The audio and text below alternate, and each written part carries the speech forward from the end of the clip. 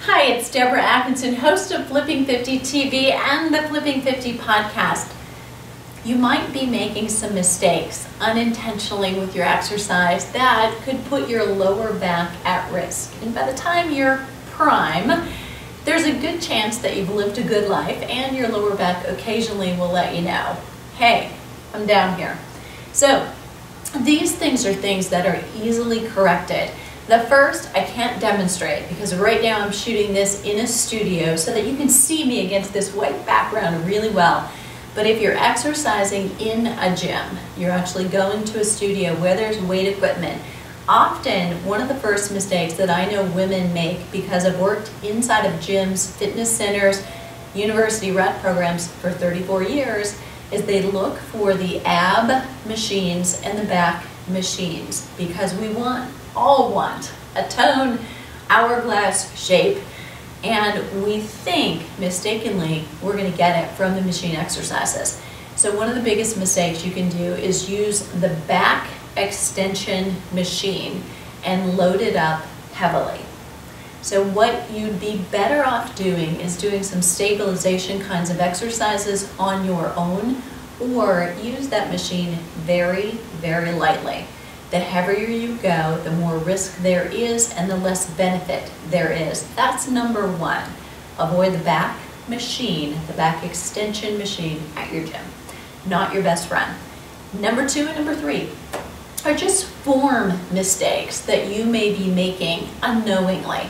So we often think about the moving parts and we lose a little track of where the rest of our body is in space. So a couple of great exercises.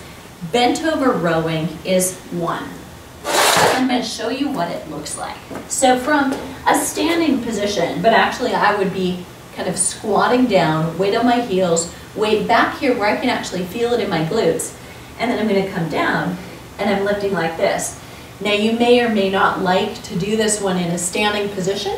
If you are just new to exercise, have a seat instead. But you need this nice long 45-degree at least angle forward at your back, so you're working the back. Here's the mistake I see.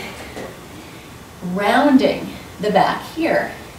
What I'm doing, instead of using my hips for a base of support, is all the pressure is going right to the small of my back in this rounded position. So what we need is to tip that hip back in a whole lot less polite manner, but where we're using those hips and they have the strength to hold us in place. And that's the first simple change you can make.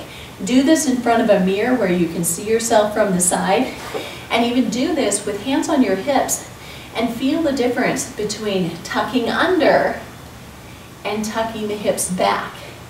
Part of the reason you're doing this incorrectly, if you are, might be because of a lack of mobility in your hips. And just practicing tailbone tucking down and forward and tailbone tucking up can help you significantly. You need to get some movement in those hips to reduce the stress on your lower back. Okay, second one. I don't usually advocate a lot of overhead shoulder pressing. But when I do, I bring the elbows here and then I'll use them one at a time. So I'm going to demonstrate from a kneeling position, not because that's what you need to do, just so that I'm sure you can see the tips of my fingers when they're up and overhead. So when you're doing this, sit on a bench if you're worried about your lower back, or you can stand, but here's why you may not want to, and I will show you standing position. I'm going to start with lighter weights. So in this position, ideally, I want a nice long back.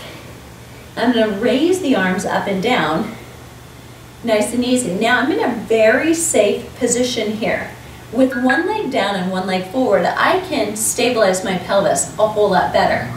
If I bring both legs down, the tendency for me is going to be to do this. And if you're doing that, you're stressing your lower back. Not a great idea. Now, when you do both arms, it's much more tempting, and that is part of the reason do one at a time. In a standing position, I want you to pay attention to my back. Don't worry about the rest behind the curtain. Here we go. So when you stand, you want to be sure that as you raise things up and overhead, you're aware of your rib to hip connection, you're maintaining that, and you're lifting up, and there's a slight bend in your knees. You're not really flexing and squatting, but you're not allowing yourself to hyperextend. So if you come into that position, immediately when you hyperextend, the pressure goes right here. So those are two big errors of exercises that are very beneficial potentially, but could be injurious without you knowing it. So slight bend of your knees, tailbone tucked under, one arm at a time, and then either seated or even kneeling with one leg forward, one knee down can be a better position. And the other one, to review, the bent over row. Make sure your tailbone is back and not tipped under. So watch your mirror. Be sure you can correct that form before you go on. And I'll see you on the flip side.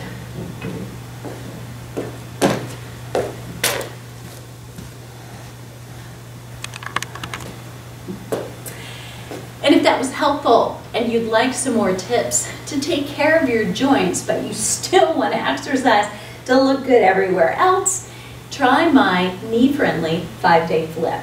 And you'll see the link down below.